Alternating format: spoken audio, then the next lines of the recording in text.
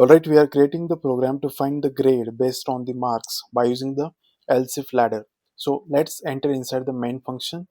So first I will create one variable with data type int and variable name is marks. After that I will use the printf function that will display one message, and the message is enter the marks. After that I will use the scanf function that will help us to provide the input. Inside that, I will use the percentage that will represent the integers and providing the address of the variable where the marks get stored. So, and marks. Okay. After that, I will use the first if block. Inside that, the condition is marks should be greater than equal to 90. If your marks are greater than equal to 90, then your grade is which grade? Grade E.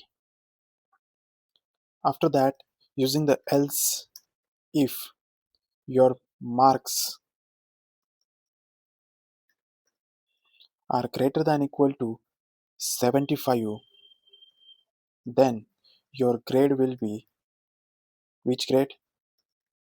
Grade B. Okay. Again using the another else if block, and another one condition is if your marks are greater than equal to 50, then your grade will be grade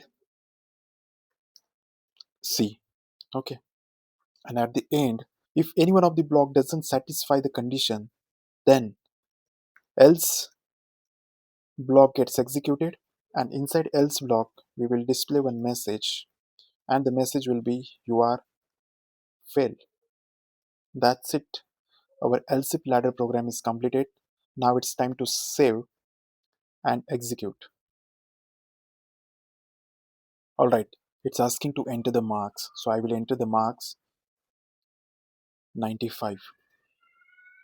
It will return the grade A.